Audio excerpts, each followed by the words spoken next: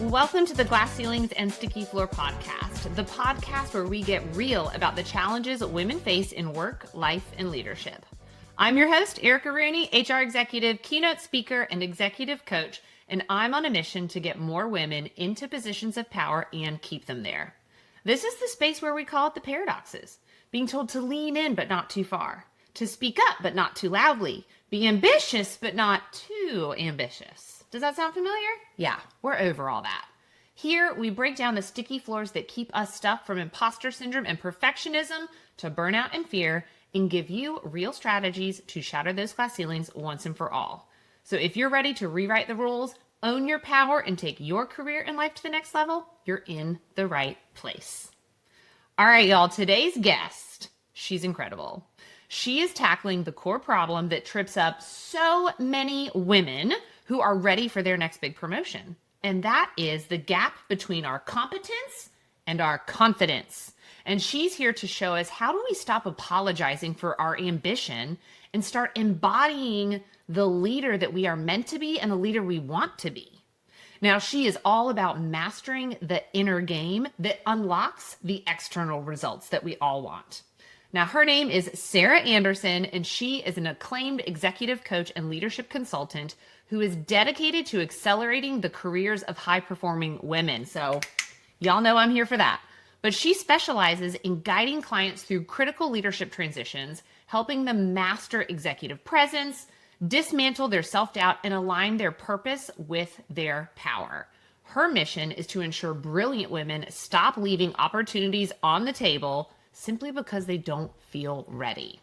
And she understands this one core truth, that your potential is already limitless. And y'all know, when I saw that, I was like, okay, that's in the outro to every podcast that we have. So Sara Anderson, without further ado, welcome to the Glass Ceilings and Sticky Floor podcast. How are you today? Thank you. Well, after that intro, I'm fired up. Feeling good, all the vibes, right? Oh my gosh. Well, tell me a little bit about what led you to coaching, because there's always a story. Sure. Well, once upon a time ago, let's say about 10, 12 years ago, I was working in tech, and I live in the Silicon Valley area. I was living in San Francisco, and I was just making my way up the tech ladder, which you can actually do kind of quickly compared to the older corporate sphere. And as I did, I was noticing a few things. One, my anxiety was off the charts, and I was starting to suffer from some clinical signs of burnout, which made me really start to look at things. But two, all of the things that I thought were going to come with the titles and the money and the perks didn't. I was feeling like, oh, this is it? And I think a lot of people feel that way. And it used to be the midlife crisis, and now we have quarter life crisis, right? But that I would say was probably a big catalyst for me. I didn't leave right away. I really worked on myself for a couple of years until I was feeling really good. And then it was clear that I wanted to chart my own path, and that this is what I'm really passionate about, that all that other stuff, it's great, it's fun, and it's important to make money. We need to make money in order to survive, but also that we don't conflate it with everything that we're hoping to feel on the inside. Isn't it so funny? Because that's exactly my story, copy paste, different font, right? I got to the top and I'm looking around and I'm like, the cash money's good, but this is what I've worked my ass off for. This is some bullshit. And as you were talking, I was like, this is because of the system, right? It was this exclusive old boys club that no one could ever get into, and they made us think that we were missing out on all this stuff. But guess what? The joke's on us. There's nothing good up there that we want, right? Yeah, oh absolutely. Oh my gosh. Okay. So your work centers a lot around confidence and competence, and you work with a lot of women who are overqualified but often lack the confidence that they need. And why? So first of all, why do we have this problem? Why do so many of us live in this scarcity confidence loop? And what is that first habit that we need to really shut that down? There are three things that pop to mind when you ask me that question. One is we think that, like, just like I was saying, that we think that confidence will come naturally when we hit a certain level or a certain goal.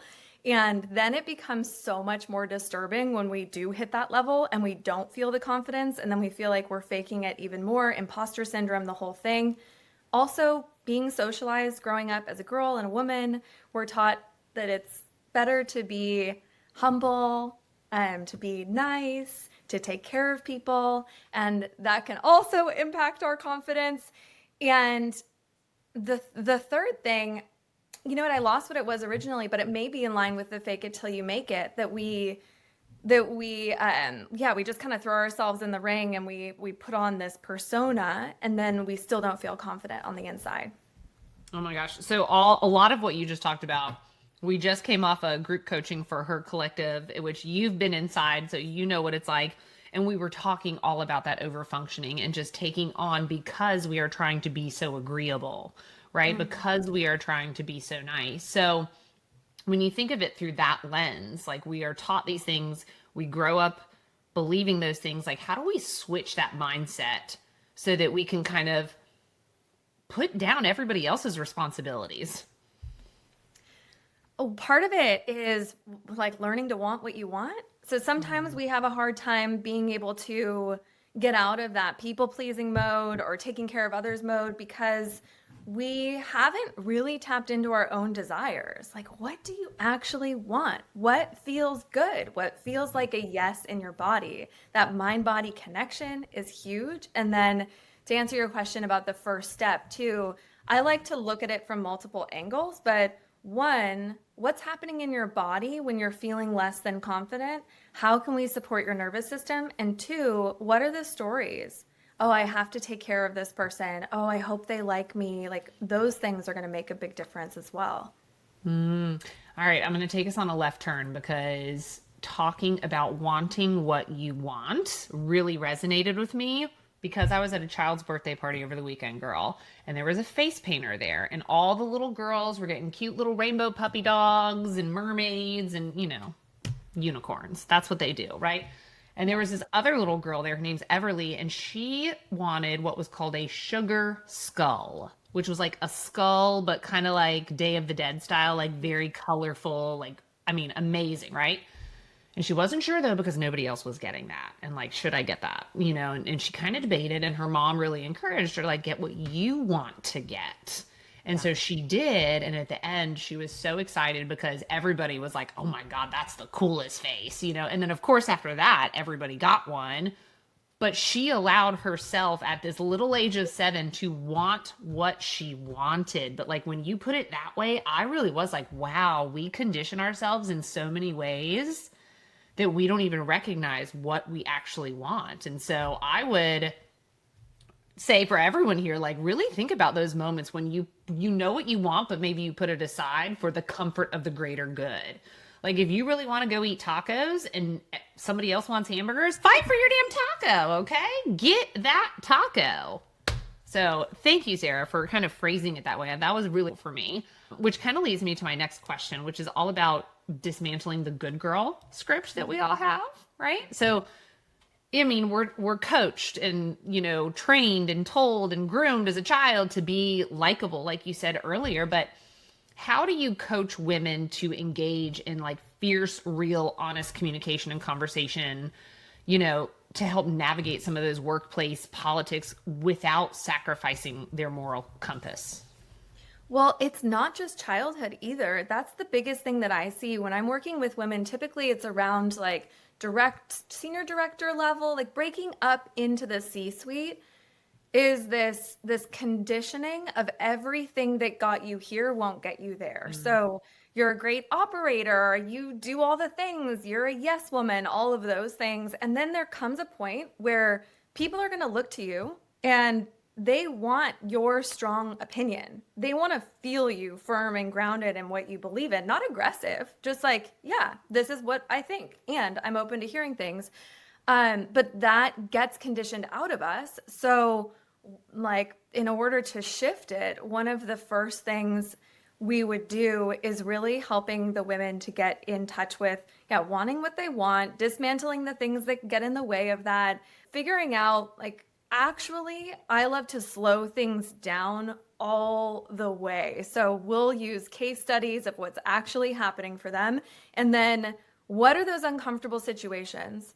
When did you start feeling uncomfortable? Was it last night thinking about it? Was it in the room? What happened in your body? What happened to your body language? What did you censor because of it? Like all of those things give us so much information. And then when we slow it down, I always say I'm like the queen of making the intangibles tangible. It makes it so that we can just work on each one of those things and help them to it's actually not as nebulous when you do it that way. Then all of a sudden everything starts to shift. Mm. And I imagine that kind of links in a bit with all of the things that we think we should, I put in quotes, be doing, right? So talk to me about managing the shoulds, because I still struggle with this. I wrote a whole book about this, right? But I still struggle with it. So I'm always looking for more tips, more tactics. How do we step away from the shoulds? And I'll clarify, like in my world, the shoulds are all of the things that we think we should be doing. I should be working out rigorously every day for 30 minutes. I should be the mom that tucks my kids into bed every single night, but so they know how much I love them, right? I should always cook home cooked meals because fast food is bad for you, right? All of those things, which then just becomes like a miserable lifestyle because I don't really want to be doing all those things. So how do we dismantle that? Yeah, this is going to be a slightly boring answer, but I think that part of it is prioritization. Like looking at each of them and really questioning, should I? Should I? Why? Where did that come from? Do I actually believe that? It may be that I decide, yeah, actually, it is important for me to eat healthily. Also, dismantling, does that mean that I have to cook? Is there another way that we can do this? Is there a different road that we can take rather than me just feeling all shameful and bad and like staying up all night and prepping meals? And then the things that we can let go of. I will be so honest with you when I say that and I'm in one of those neighborhoods where everyone's in each other's business. My bins are out sometimes. Like they stay out. Sometimes I forget to pull them back in and I don't feel any kind of way about it. But I know that there are other people on my street that have Oh, they're opinions judging you, girl. and they would die if They are their bins were out. judging you. You are like the neighborhood heathen, girl, leaving your trash bins out all week. Bring it on. Bring it on. I have no problems with that. Oh my gosh. But you know what actually blew my mind and what you just said, even though you said this is going to be a really boring answer, was that like, hey, how about we explore an option C? And I think that's so important that like we think in such a binary way of like, I have to be the one to tuck my kids in every night or they're not going to think that I love them. Versus like, what is something else that I could do while pulling in my partner to help put these kids to bed? Right. And like, I mean, let's be real, y'all. There's a million other options and scenarios. Like they can lay in bed with me and read a story and tuck me in, and then my husband can go put them in their bed. Like there's other options. So like get creative, think outside the box. And I think it also comes back to what you were saying earlier, like let yourself want what you want. If you're me and you want to go to bed at 8 o'clock and your kids want to rage till 8:30, let your husband take them to bed. It's okay. Okay. Yeah. Oh my gosh, really... what do you feel? So sticky floors are the limiting beliefs and toxic behaviors that keep us all stuck. I'm curious for you with your clients and your work, what are some of the most common sticky floors that you see? The first thing that comes to mind is I'm always saying like everyone wants exposure, but nobody wants to feel exposed. Ooh, yeah. The feeling of being exposed, it's very similar to choosing the sugar skull face tattoo or face paint, right? It's that biological, like, am I going to get kicked out of the tribe for this? And all we see is that risk. We just see the like, oh no, I better stay in line. I don't want to look too confident. But what we don't see is the actual real risk, which is being completely under the radar, nobody noticing you not going anywhere. Right? So the sticky floors are a lot of these beliefs that we hold that keep us in line, that keep our ego safe, that keep us where we are. Mm. Yes, to me, it connects with one that I often will struggle with which is worrying about what other people think, and they all tie together, right? They tie in with the shoulds and wanting what you want, but You're right. Like, I think that's a great exercise. And so, okay, if you're working with a woman and she's like, I want the exposure, but I don't want to be exposed, how do you walk her through being more vulnerable and open and exposing herself in a way that's authentic to her? I think of this example. I had this a client who she wanted to start posting on LinkedIn. She's like, I want to build my brand and future proof my career and all these things. And she just kept not doing it. And she's like, I'm scared. I'm like, okay, what are you scared of? And again, like a lot of what I'm doing is untangling balls of yarn and just making things super granular. We just face our fears of what we're truly afraid of. In her case, I just made her walk me through the nightmare scenario. I'm like, okay, tell me what happens. You post and then people at work see it. Great. Okay. And maybe they have an opinion about it. Okay. And the nightmare scenario ended up that they come to her and say, who do you think you are? Hmm. And then nothing. And then nothing. Yeah. She was like, we'd probably laugh. They'd probably forget about it. They'd go to lunch. And then, We move and then on. we move on. Right. So sometimes it's also just like, what are we, let's like shine the flashlight in the dark corners and see what's really there. Yeah. And I think what's powerful about that too is like eventually if you peel away all of the layers of onions, right? Like we always talk about, oh, you have to peel the onion, but when you peel it all the way down till there's no more onion to peel, then you realize that whatever that thing is no big deal, or it wasn't even an issue to begin with. It was just all of your compounding fears and emotions piled on top.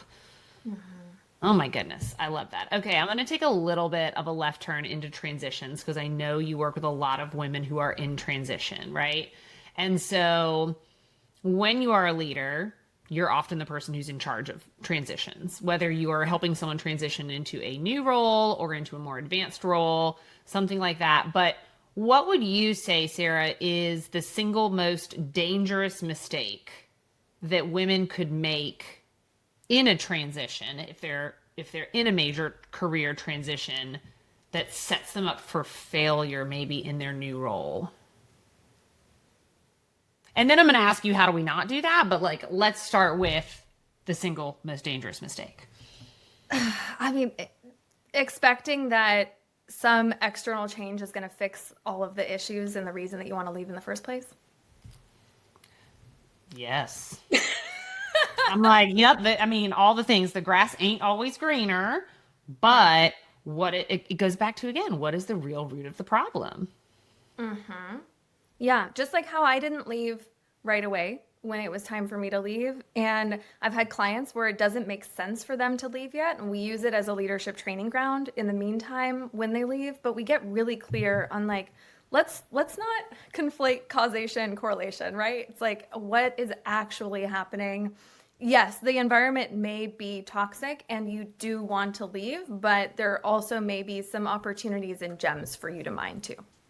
I love that you called it a leadership training ground because that's, to me, it's much more like, yeah, this is, well, you might call it a minefield. I don't know, right? Like you're learning to navigate all these things in a crazy hard situation, but all of those things will set you up to be a better leader once you make that transition. But I thought that answer that you gave about, not expecting everything to fix itself was super powerful. So, all right, if we expect it to all fix itself and I'm going to get a new job and everything's going to be great and I get there and it sucks, what do I do now? That's another opportunity for you to get curious about why, right? But also when you are starting somewhere new, it is also an opportunity to train the people that you're going to be interfacing with. And it's a great opportunity for you to look at your patterns and see how you're showing up and see like, what are some of the ways how do you want people to see you? How do you want people to interface with you? And are you a match for what you want? Yeah. Okay. Another left turn that I just popped into my head. If I know the transition from just one, let's just say one level to the next. It doesn't have to be individual contributor to leader, but it could be like leader to director or VP to C-level leader. Like those are really hard transitions that I think a lot of people just glorify and celebrate because it's a promotion. You're doing great. You wouldn't have gotten it if you didn't deserve it. But that is a transition that we often don't know, like how to almost become that next version of ourselves, right? Like if you're stepping, and I'm thinking personally of like my individual journey from when I was a manager into a C-level role. Like to me, that felt like a big identity change as well. And I'm wondering, how do you set up women who are taking that transitional jump, even if it's a good one? Like, how do we set them up for success in this new era of becoming the next level them? Naming, just like you said, normalizing and naming, because I think it's much more difficult if we feel that way and we think we shouldn't feel that way. We're like, oh, this is just supposed to be good and fun, and why do I have all these crumbling, uncomfortable feelings? And then we can do some of the other work that I talked about the nervous system and things like that. But something else that popped into my head that's an exercise I really like, you can apply it in so many different areas of your life, is it's almost like you're writing out your manifestation list or your vision, your ideal, what you want. Let's say at this new role, I want it to feel like this. I want to come in the morning like this. I want my conversations to feel like that. Like maybe writing out a day in the life and then actually reading what you wrote, maybe take a beat and then write from the perspective, who do I need to be in order to have that? What qualities do I need to bring forward? Or do I need to go to bed earlier? Like, what do I need to do to be her? How can I be a match for that? Actually, I think that's really powerful because you also should be thinking about like what boundaries do you need to uphold. Yes. And I think the reason that pops into my head is like coming off of that Her Collective coaching call, a lot of what we talked about is like we want to show up as good mothers. Like a lot of the women in the community are moms who are also leaders and they feel very stretched thin and they feel like nobody's winning, right? They're half-assing it at work and they're snapping at their family at home and they're not being either the great leader or the great mother, partner, wife that they want to be. And so I guess I just want to ask, like, what would be your advice in that instance? From the boundaries perspective, Yeah, from the boundaries perspective. one of the things that I don't think that it's easy to understand or really believe in the moment is that boundaries are actually something that gain respect for us. Like when we set boundaries, when we do great work and we show up as a great leader and we are clear about like, here's how I work best. Here's what I need. Here's how I can show up. Here, I'm being super proactive. And then also, that gives us a little bit more leeway because people trust us to be able to say, and I also need this time in the afternoon to go do drop off or pick up or whatever. Like those things, that can make such a big difference for people.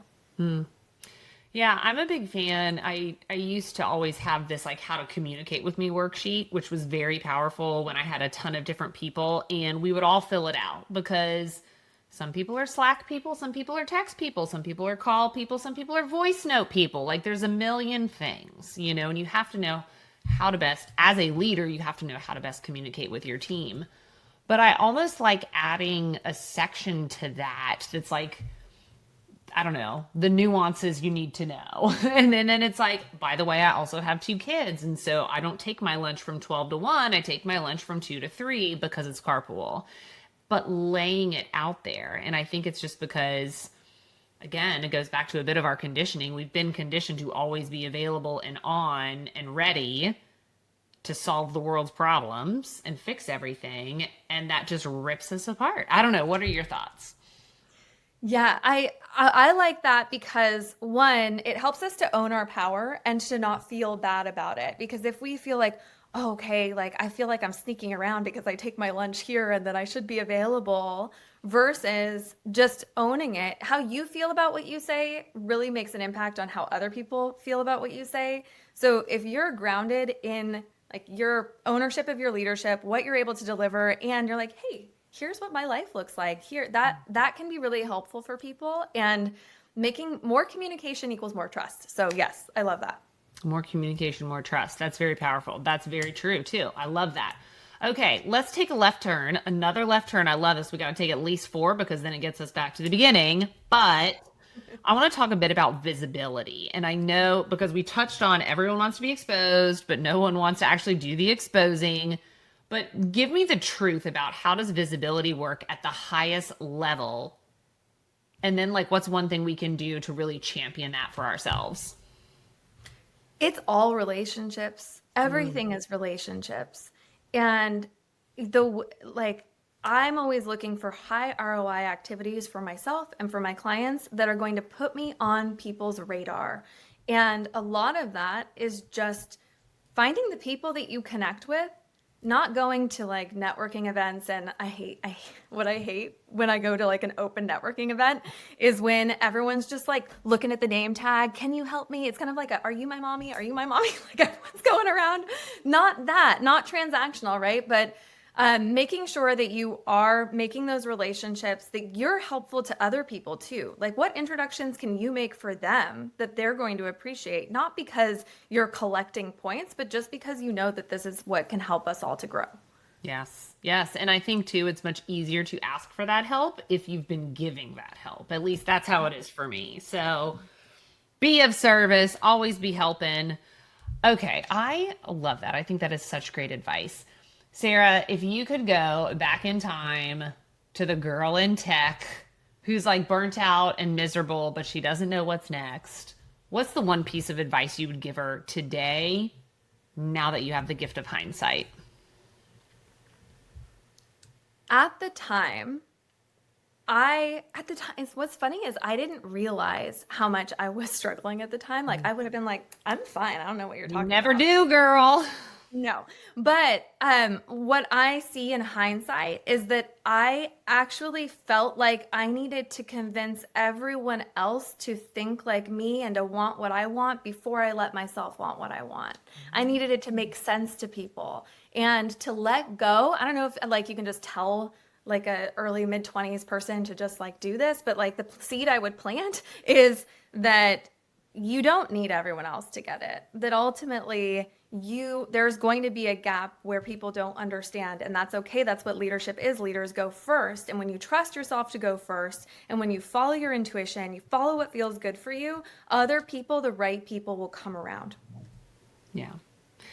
I like that you said, like, I don't know if you can just tell this to a 26-year-old, but I do think that words have power. And I think just hearing that, like, you don't need anyone to get what you want, right? Mm-hmm. Like to get what you want to do, to get how you want to live, to get who you want to be. Like you don't need anyone else to understand that before you do the thing. And I would even say, like, quite honestly, probably all of the greatest things in this world, and maybe even some of the great things that aren't great, but it's incredible. It's like, it took people doing things that others did not understand, right?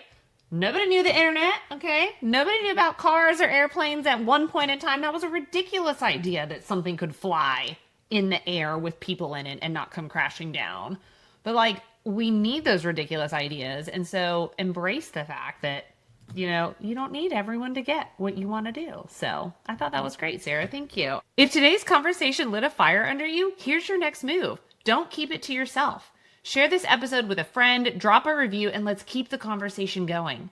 I need you to remember, and so does Sara, that your potential is limitless, and the only thing standing in your way are those sticky floors. But guess what? You have the power to break through them. So go out there, take up some space, and let's shatter some damn ceilings together.